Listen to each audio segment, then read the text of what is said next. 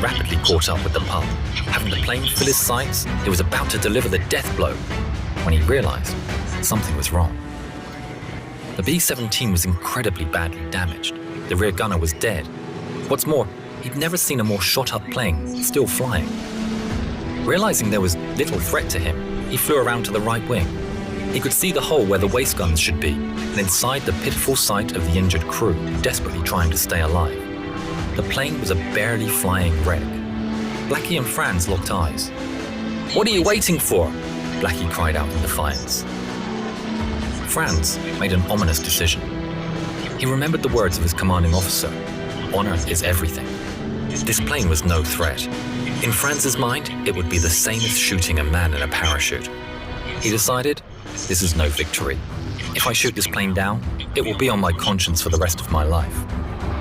At the controls, Charlie looked out the window, and there to his complete dread saw the 109, locking eyes with Franz, the German pilot.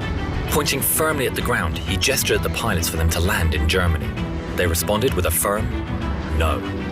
He flew in formation alongside the plane as it passed over the German flak batteries. There was no way they would fire at a German plane, even one that was flying in formation with the enemy.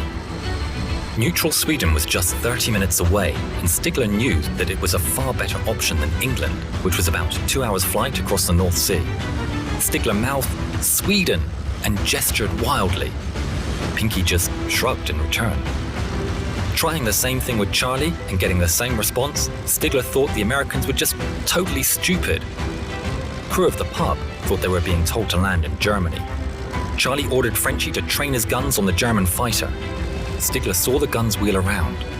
Locking eyes one last time with Charlie, he saluted and turned away, knowing that they would likely crash in the North Sea. The crew, totally confused as to why their enemy had seemingly spared them, flew on towards England.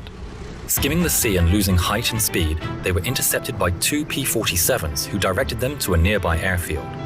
Unbelievably, they had made it back to England. Other than Sergeant Hugh Eckie Eckenrode, all the crew survived. At debriefing, Brown told his story about the German fighter which escorted him. It was decided that this should be kept secret. The notion of an honorable German pilot choosing not to shoot down a damaged American bomber was not a story that anyone wanted to get out. Brown kept his silence about the incident until 1986, but then started searching for the German pilot that had spared him and his crew. In 1990, he received a letter from Stigler, who had emigrated to Canada in 1953. Thanks to Adam Makos for allowing us permission to use this